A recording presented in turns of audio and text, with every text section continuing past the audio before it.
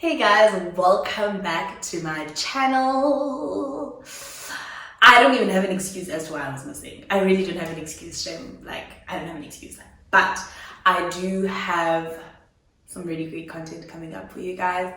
All filmed already, so I've got you. So in this video, I'm going to be answering, or rather speaking about a question that is most asked in my DMs. And I think something that in the natural hair community, we don't really talk about, or we don't really get the difference, okay? So I'm going to be speaking about the difference between breakage and shedding. And I know that most people, when they detangle and they see hair come out, they're like, oh my God, I've got hair coming out. My hair is breaking. But sometimes it might not even just be your hair breaking, it's just shedding. So I'm going to be speaking about the difference between shedding and breakage. So I really hope you guys do enjoy this video. Please don't forget to like, comment, share, subscribe, and let's get right into it. So first things first, I'm going to be speaking about shedding, which is, I think, what happens to all of us. It happens to every single one of us. All our hair sheds, okay? So shedding basically happens when your hair has reached the end of its growing cycle. The reason why I say all of our hair sheds is because everybody's hair reaches the end of its growth cycle, and when that happens, your hair sheds.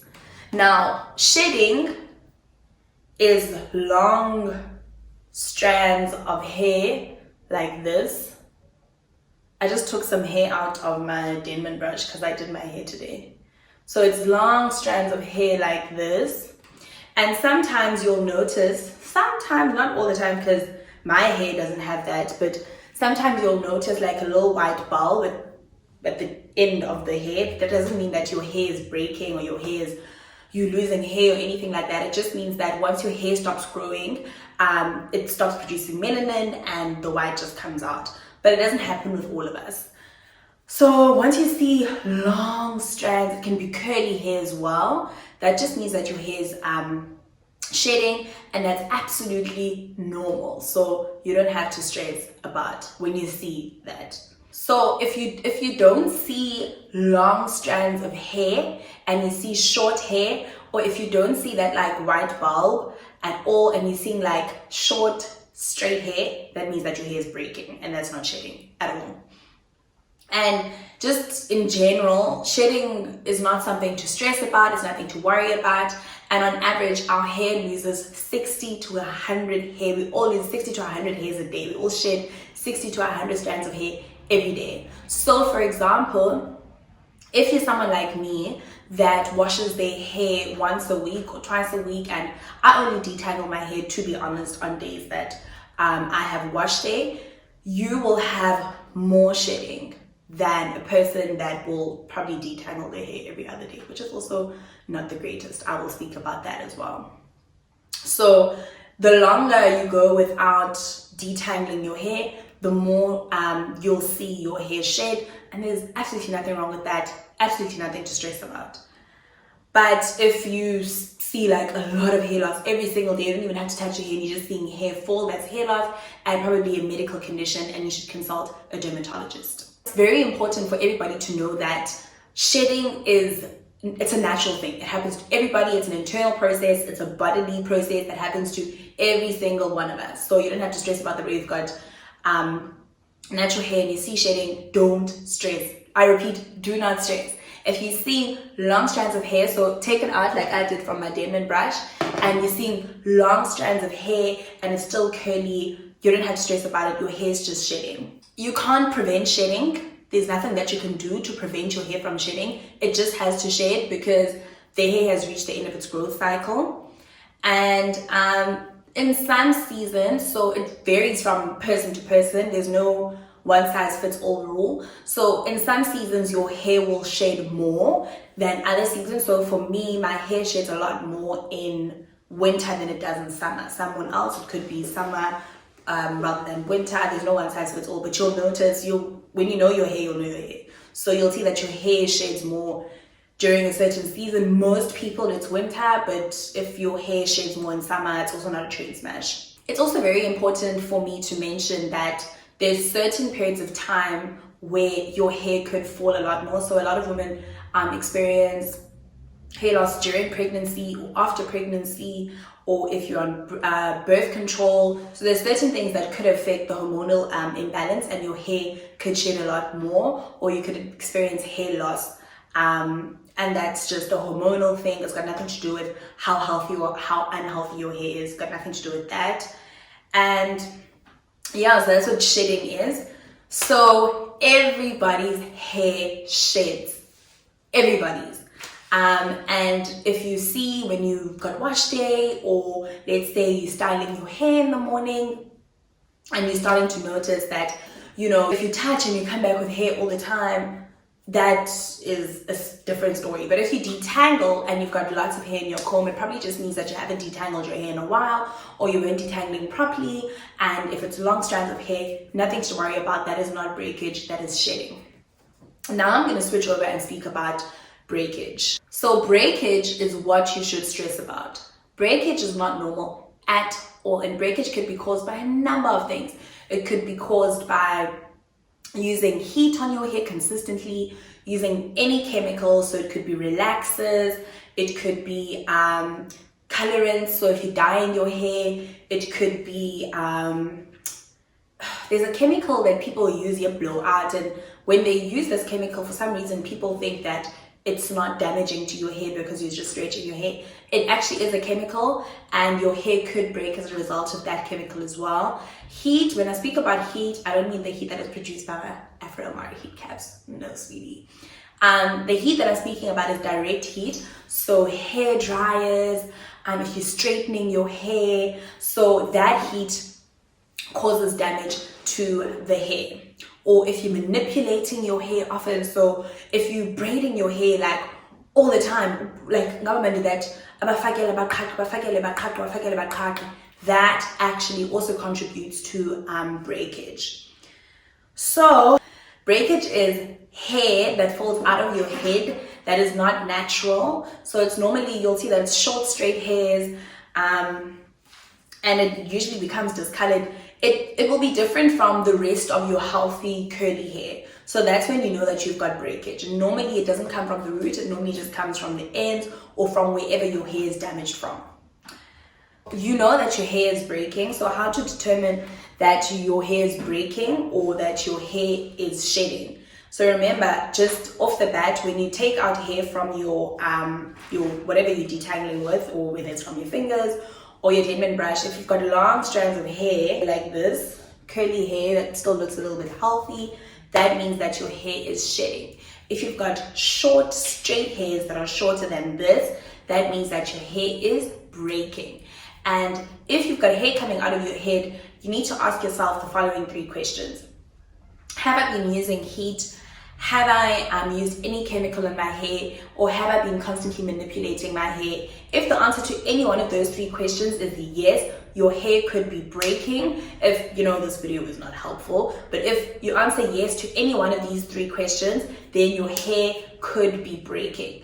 But if on a normal wash day you've got shedding, and you see that the shedding is a bit excessive, ask yourself this question: has it been a while since I last detangled my hair? Because I mean, like, if you haven't detangled in a while, our hair is curly. So if you leave it for like, let's say 2-3 weeks, you will have a lot more shedding because your hair's been curly and it's been like tangled around itself. It needs to be detangled, and then you experience a lot more shedding. I know after my operation, I couldn't wash my hair for about 3 weeks because I couldn't lift my arms and stuff. And I had a lot more shedding that I've never even seen. And that's because I had not washed or detangled my hair in about 3 weeks. So that was definitely just a result of me not detangling my hair in 3 weeks. Doesn't mean that my hair is breaking or anything like that. So if you see excessive shedding, just ask yourself, has it been a while since you detangled? If it has been a while, then you've got nothing to worry about. But if it hasn't been a while, then I think see a doctor, or try and do a protein treatment, or protein treatment, then a moisture treatment. Okay, so how to minimize breakage, which is a really big problem. moisture, moisture, moisture. And when I say moisture, I speak about water or anything that is going to ensure that your hair is well hydrated. Top ingredient that can moisturize your hair is water. Water actually helps your hair absorb any product, any treatment. If your hair is well moisturized by water, then your hair can absorb any product thereafter.